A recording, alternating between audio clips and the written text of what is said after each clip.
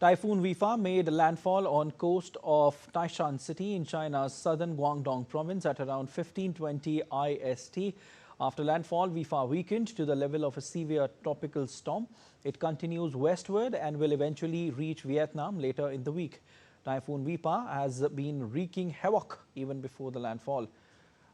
Meanwhile, rain pounded Hong Kong as Typhoon Wipha skirted southwards, disrupting 400 flights and public transport, felling hundreds of trees and damaging a construction site.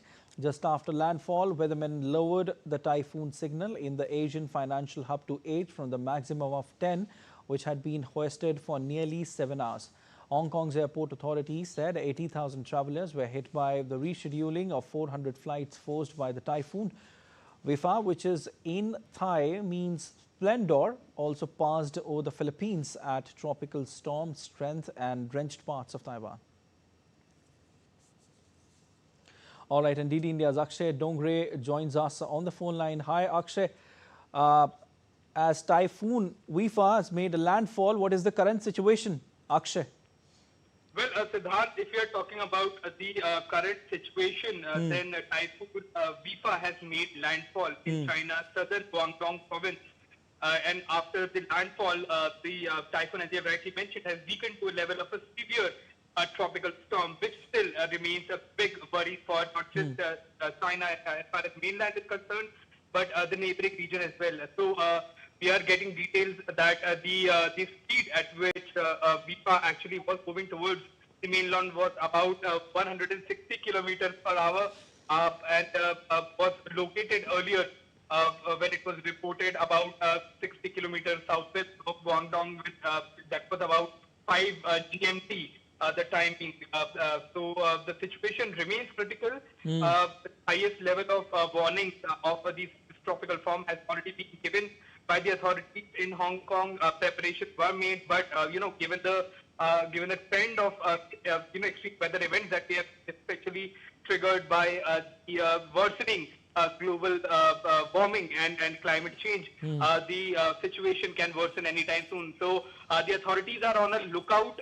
It's not just Hong Kong or mainland China, but as you have said, the typhoon will be making landfall in other countries in the region as well. So everyone may not be as prepared as China as far as the measures are concerned to contain this crisis. So this remains a big worry for the countries in the region.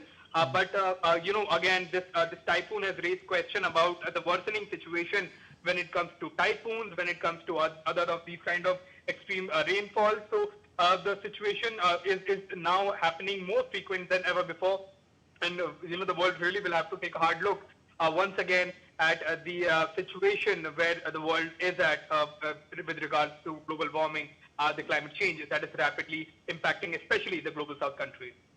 Indeed, our correspondent is saying that the situation is critical and has attributed the situation to global warming in the global south especially. But Akshay, we also heard that the flight operations have also been disturbed. Do you have any updates regarding that? Well, yes, as far as Typhoon Wipha is concerned, there are about 400 flights that have already been disrupted. Public transport is halted at many places.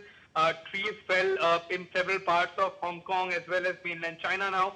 There are reports of a construction site which was damaged as well. So the weather authorities, though, have lowered the typhoon signal in the Asian financial hub to 8 from the maximum of 10, but it still remains a very, very dangerous form of typhoon to have hit the region in many years. All right, we leave it there. Thank you so much, Akshay.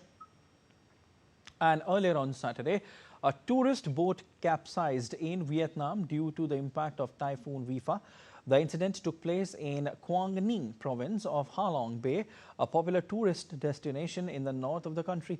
At least 35 people have died and 4 remain missing. The vessel was carrying 49 people, including several children, when it capsized in UNESCO World Heritage Site because of sudden heavy rain. There was no official announcement on the nationality of the tourists as emergency crews kept looking for survivors. Prime Minister sent his condolences to the families of the deceased and called on the Defence and Public Security Ministries to conduct urgent search and rescue.